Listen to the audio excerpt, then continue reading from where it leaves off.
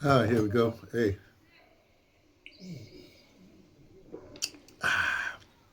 copper cup made in India, but I didn't get it from India. I'm going to India soon. Got it from the VA in New York. Long story. Anyway, got some coconut water in there. Pure coconut water. And what does it say? Ingredients: 100% pure coconut water. They even said 100%. Where you get that? Product of Vietnam. Ooh, I like the Vietnam coconut, whatever they got going. Here, Vietnam might have a little situation there because that I think they're forcing everybody to go digital. They stopping people's bank accounts. Some weird things happening. Learned it from the internet. Y'all can look it up for yourselves. Hey, love that coconut water. That's not what we're talking about. Oh, look. Oh gosh. We learned this before. The DNA people, right? Remember that 23andMe, whenever that they was owned by some white women who were connected to whoever, and they went out of business. And now you say, well, where did that DNA stuff go to? We don't know. But here's what it was reported. As I say, it came across my desk. I realized this that the DNA people, when they do black people, specifically American Africans, I say American Africans, you don't say what black people, black Americans, when they do their DNA, well, I guess it's black people all over the world. That well, they don't. They purposely they was told they purposely downplay any sort of ancestry from Native Americans. You know, autochthonous Americans. The feathers people. And what they're doing, they're withholding it from the results, even though people pay for this service. But they are not giving them any stuff for American Indian thing. That's kind of strange. Because when let me put it this way, I never. Okay, I'm a veteran, and so they had this program, a million veterans, something like that. They were doing. They're taking blood samples, and they're trying to supposedly, I was at the VA, what they're trying to do is show certain markers so they can help veterans. Da, da, da. Then part of another organization came in over top of them and they said they was doing DNA testing. Well, so this a couple of years ago. Last time I went to the VA, this earlier this year, uh, that organization is no longer associated with the VA. With the VA, but even when it came through, I say this is because they had that. I think they had some like Irish or whatever up there. They got Congo. They had in Congo and some sub-Saharan kind of thing like that.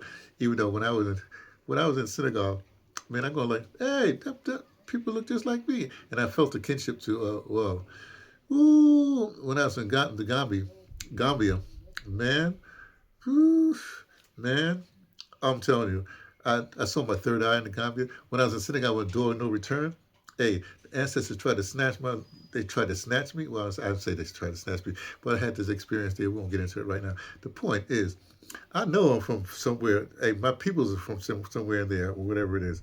Uh, but I had done my DNA. When I say that I did my, I didn't go through, I didn't go through. Here we go. The white man to find out my DNA, right? I uh, I did a sort of a backwards middle passage because when I first started traveling, well, officially in 1988, my first official trip outside of the continental United States was actually to Canada. It's a birthday, and I just on my birthday I have this thing. I just jump on any conveyance, just go someplace. I always be traveling on my birthday. So I took the train up to Montreal, and just so happened that the jazz festival was happening up there. Had a good time. So I was there for I don't know a week, whatever it was. But then in 1989, my first real official offer this kind of my next trip. I went to Panama with this whole contingent of people, and I end up and supposedly this is rumor because see my mama had seven children with six different fathers. It's only because there's twins in there, right? So basically, I'm one of one. You know, my mama, who, as we say, as they say, as 5150 would say, my mama belongs to the streets. Don't worry about that part. And my father was a one night stand. So obviously, I used to have this all the time. People say, "Oh, why are you such a dog? Why are you?" And I didn't. I would say something like, "Well, hey, my mama and daddy, it was a one night stand. So like the fruit doesn't fall far from the tree. What do you expect? Sorry. Anyway, the point is, uh, so my father supposedly he's from Griffin stock. Now the Griffin people, like they were dropped off in Honduras, uh, and then they made their way. It was a whole story. It was St. Vincent's Island. It was dropped off in Honduras, the Rare Ten Islands, and then Honduras. Let me show you Honduras. You know Honduras. Why I got this flag? It's the Honduran flag right here. See? Anyway, got my colors, the blue and white. Well, that's the Ogun color, well, the condom blade colors for Ogun. Anyway, um, so I had that flag in honor of my daddy, who, depending on the rumors, he was supposed to be a traveling musician. That boy done gave me. I can't hold a note. I don't. Anyway, the point is, so that's on daddy's side, but supposedly, but on the mother's side, I know that because we all know who our mothers are. That's why I like the Latino way of doing stuff. The Spanish way of doing stuff. At least in Mexico, what they do is your actually last name, your official last name, comes from your mother's side because you can't dispute that. So then if they hyphenated, the name before that would be your father's supposed name. So it would be like say your mother was Sanchez, right, and your father was a Gomez, right. So it'd be Miguel Gomez Sanchez. So everybody. So if you're a Sanchez, then hey, this might be related. Like that. So it makes more sense there. I wish we do that more. But on my mother's side, her mother, my grandmother. This is my grandmother's picture right here. See, like that. See that? My grandmother's picture. We used to say things like, "This is a handsome woman. Hey, come back here." Oh, cancel that. Wait, come back. Where's that picture again?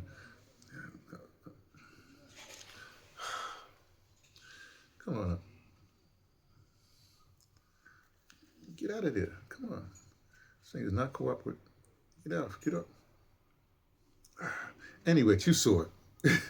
So my grandmother, her father was Gullah Geechee, and her mother was Mohawk Indian. Right? So I know there's Native American, autochthonous, whatever you want to call it, American in my bloodline, right? That didn't say that because that DNA that came back, that didn't say anything about that. So I never trust that. But I took this trip backwards. So my first thing was Panama. So let's say the father went to Panama. I know and also that if he's from like Colon, Panama, that means that he's Garifuna, if you finish the English pronunciation, the Spanish pronunciation. And so, but when I went to Belize, believe me, there's my favorite place on the planet was Barranco, Belize. I went there several times, but one time I was coming through and this kid went to somebody's house and said, "Yeah, your grandson is here, your grandson." Because I look like the peoples like that. So I felt a connection, not only that, but I just felt a connection to Belize, southern Belize. So that was really good. I had amazing. I did this 4-month trip that was in Belize, all over with the Griffin people from Guatemala, Puerto Barrios, up through Belize. Anyway, that's a whole interesting story.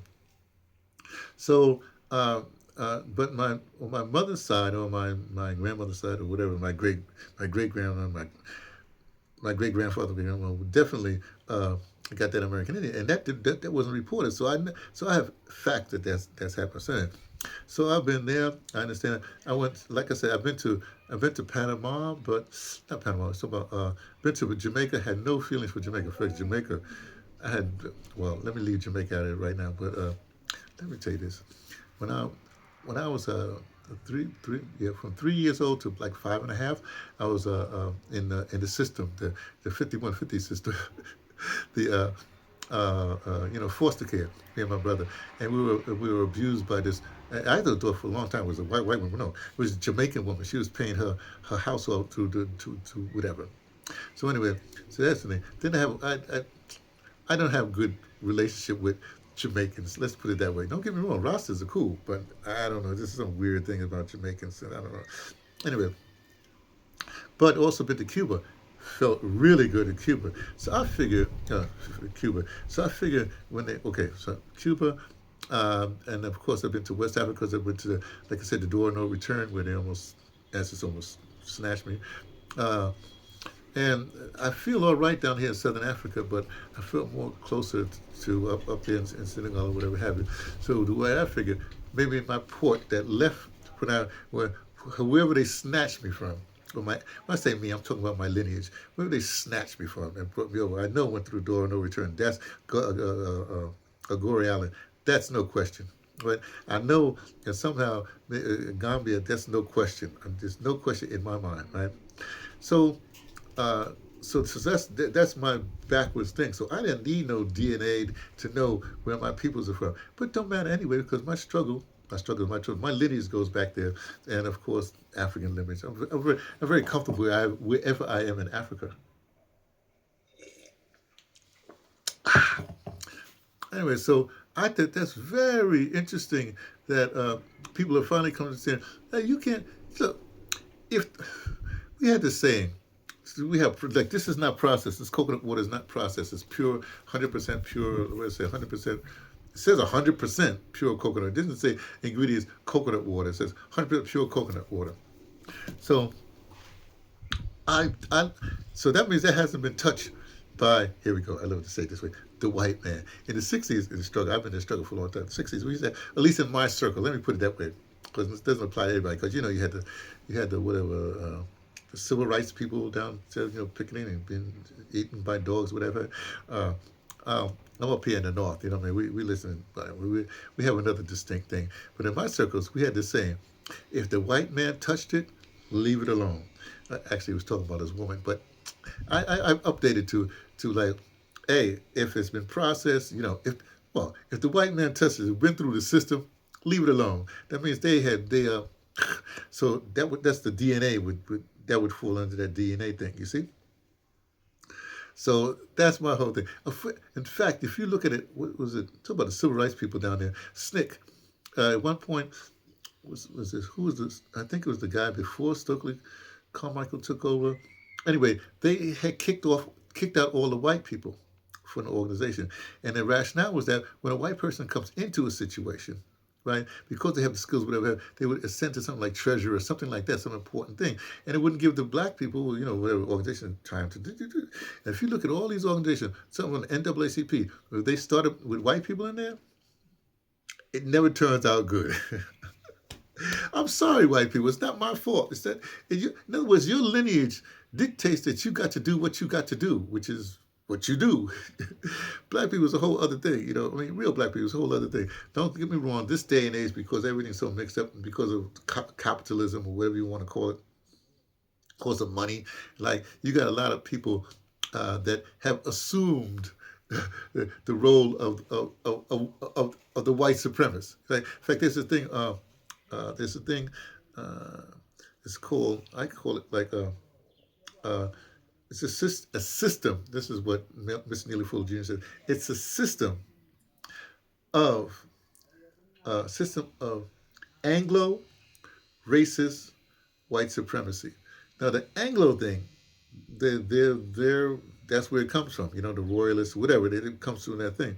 But you can replace that Anglo now with Negro, with Indian, with Spanish, with the replacement because they all vying to be part of that capitalist or that white supremacist system. There's the problem because they can find somebody and put them in there and they say, hey, see, yeah, and then all of a sudden you believe, oh yeah, I too can be a capitalist. I too can be what these people are, a supremacist. When I too, I too can be a colonizer like that.